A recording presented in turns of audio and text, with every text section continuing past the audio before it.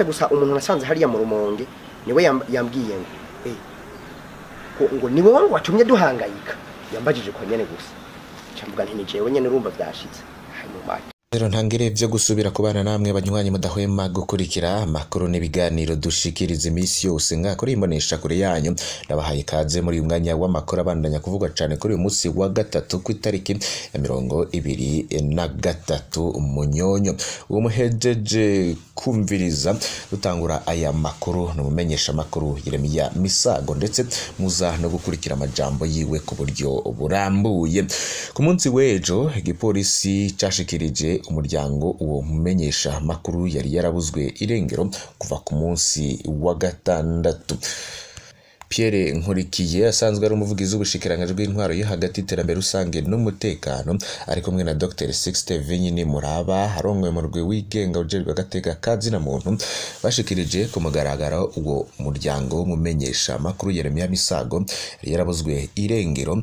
Gusa rero hari amajambo atandukanye yoba yaratanzwe nabo bamwerekanye imbere y'abamenyesha makuru, ariko abantu batandukanye ntibayizere, dore ko havugwamo ko Yeremiya Misago yari yaragiye gusenga kandi yarafise ubugeni, dore ko byari bitegekanijwe ko adugana ruguru iwabo umukobwa bariko baritegura ubugeni kugira ngo amwereka abavyeyi ku wa gatandatu isaha 5 z'umuhingamwo nk'uko yari yumvikanye n'amuherekeza ko bahurira kuri parade mbere yo kuduga.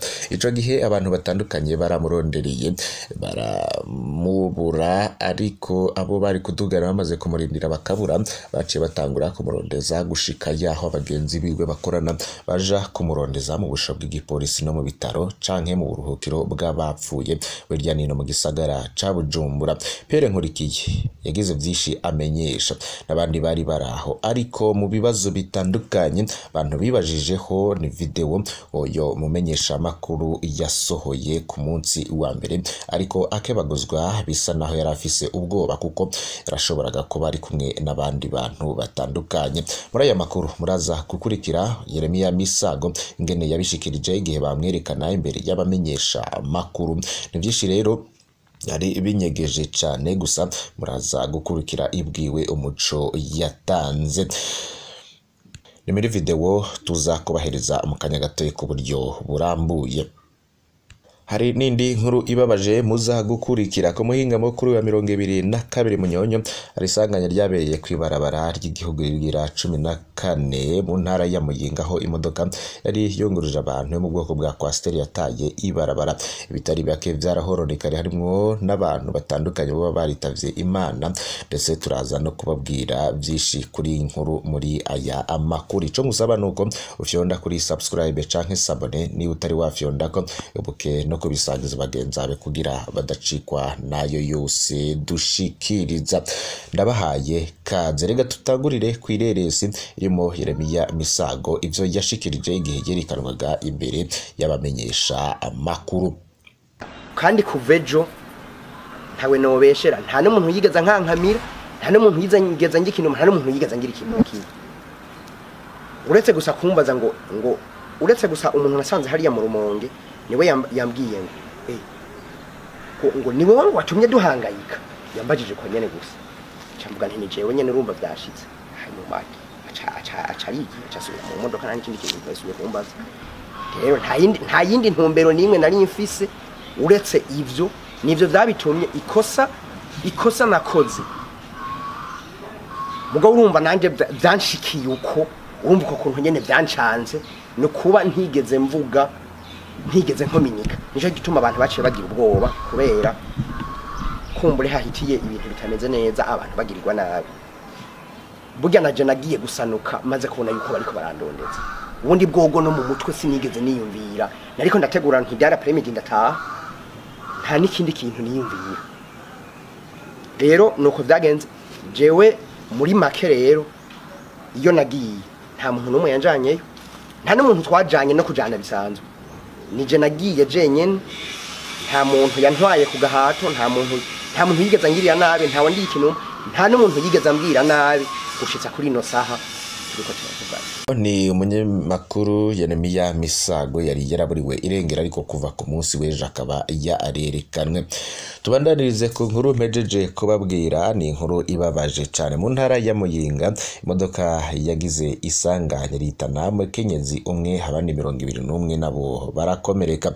Ni kuri uyu wa kabiri igenekezo 22 Munyonyo mwaka 2022 mu masaha ya saa 10:20 habaye isanganya kwibarabara RN 14 ku mutumba Hagari zone na komine Gashoho mu ntara ya Muyinga, aho imodoka yo mu bwoko bwa bya bisi binini vya Coaster UBF 2455 yataye ibarabara igeze mw'ikorosi ca iratembagara.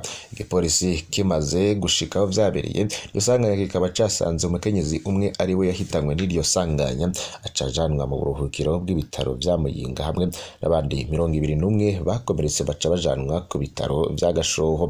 Amakuru rero atangwa na komisariya y'intara ya Muyinga amenyesha ko iyo modoka yari itwawe n'umunyakenya azwi ku izina rya Edward Otiano kandi ikaba yononekaye cane. Ikindi ngo nuko iyo sanganya yavuye ku kurenza umuvuduko nk'uko amakuru ava mu gipolisi cyo ngaha Muyinga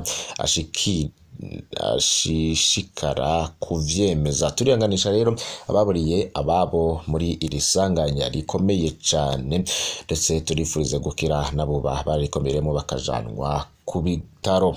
Yandi makuru ariko vugwa cyane mu Burundi, huguruwe ihayanishagurishwa ry'abahinyanyuzi ku nshuro ya 4 kuri uyu wa kabiri tariki ya 22 niho hugurwa icese ihayanishwagurisha by'ahinyanyuwe n'abanyabugene ku nshuro ya 4 mu nzu y'imico n'akaranga Parade Arte et la Culture vyatewe iteka n'intumwa zo mu bushikiranganje byo bujejwe harimo urwaruka n'imico kama hamwe n'ubushikiranganje bw'ubudandaje mahinguriro n'ingenzi.